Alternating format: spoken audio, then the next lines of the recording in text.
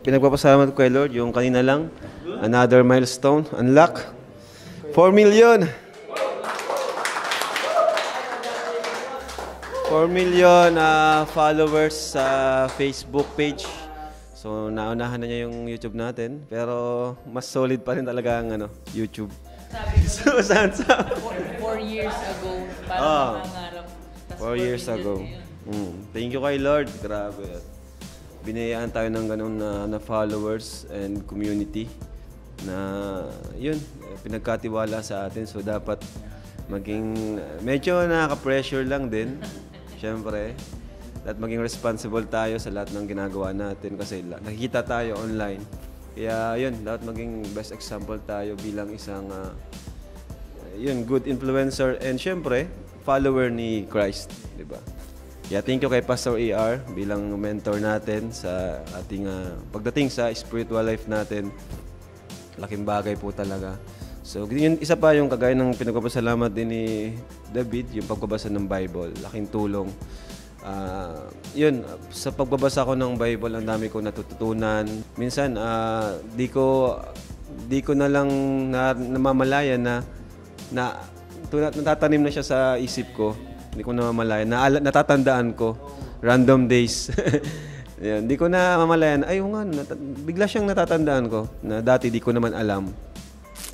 Yun, tapos ano pa ba? Yun din yung birthday ni Carla nakaraan. Sobrang successful. History na naman yun, nangyari doon kasi milyon yung natanggap ng isang beneficiary natin, no? 'Di ba? Isang simpleng beneficiary natin nakatanggap ng milyon sa kanyang birthday. 'Di ba? Saan ka makakita nun? Parang sa kalingap lang yung ganun eh. 'Di ba? Kaya nakakatuwa lang na ginamit tayo ni Lord bilang instrumento para matulungan. Hindi lang si Carla, marami pang iba, mga beneficiaries natin.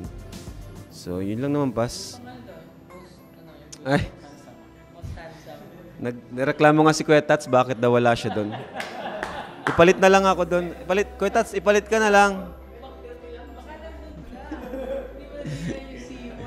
Kung 1 million niya pag-release ko. 1 million niya. Amen. So, yun po. At yun yung pagbubuntis ni Jack. Yun. All goods.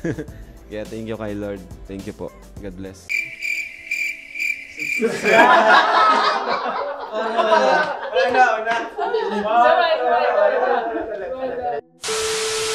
Please subscribe!